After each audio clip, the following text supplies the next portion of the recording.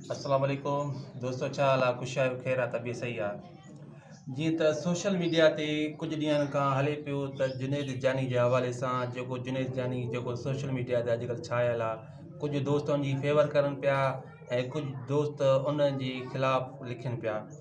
जीअं त हाणे ॾिठो वञे त जुनैद जानी असल उन कहिड़ो किरदारु कयो जेको असांजे मुआशिरे में रही करे असांजे ॿारनि मुस्तक़बिल उन कहिड़ो मैसेज ॾियणु पियो चाहे। वरी जॾहिं जुनैद जानी में कराची में गिरफ़्तार कयो पियो वञे, उते जेके FIA वारा उनजे मथां छापो हुयो, उन खां पोइ हू रोडनि ते घुमंदो पियो वञे, रड़ियूं कंदो पियो वञे, पंहिंजे उन फैन जेके उन्हनि जा जेके दोस्त हुया, जेके फॉलोअर्स हुया त मूंखे बचायो, मुंहिंजी मदद कयो। उन में हू चवंदो पियो वञे त मूं सिंध जे लाइ ॻाल्हायो आहे, मूं सिंध जी बका जे लाइ ॻाल्हायो आहे, सिंध पीपल्स पार्टी जे लाइ ॻाल्हायो आहे। बाबा तूं सिंध जे लाइ कहिड़ो किरदारु कयो, तूं सिंध लाइ कहिड़ो अहम कमु कयो जेको कंहिं इश्यूज़ जे मथां तूं ॻाल्हायो? तूं छा तालीम जे लाइ ॻाल्हायो? छा तूं सिंध जी बदमनी, सिंध जे क़बीलाई जड़नि जे बारे में ॻाल्हायो? तूं कहिड़ो अहम किरदारु अदा कयो जो बाबा तुंहिंजे लाइ सिंध जा माण्हू नौजवान तुंहिंजे लाइ रोडनि ते निकिरनि? तूं त हिकु बेहयाई ऐं फ़हाशी वारा जेको सोशल मीडिया ते उॾाए पियो, माण्हुनि खे ब्लैकमेल पियो करी, सम्झे? उन जे लाइ छा माण्हू तुंहिंजी सपोर्ट करनि? इहो हिकु त मुंहिंजी नज़र में तमामु सुठो थियो आहे ऐं FIA वारा जन उनखे गिरफ़्तार कयो, इहो उनखे सलाम थो पेश कयां।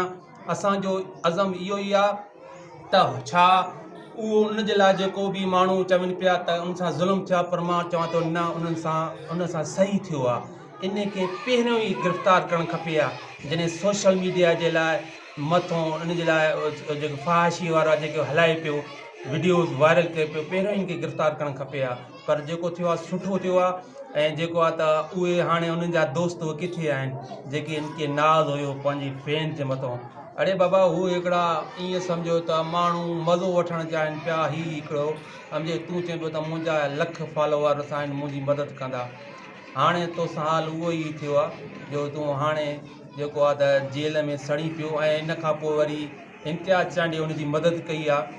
ठीकु आहे, इम्तियाज़ चांडी मदद कई आहे, पर इम्तियाज़ चांडी इहा ॻाल्हि कई आहे त वकील उनजी सपोर्ट करनि पिया जेकी उनजी वकालतनामो जेको आहे त जमा करायो आहे उनजी ज़मानत लाइ।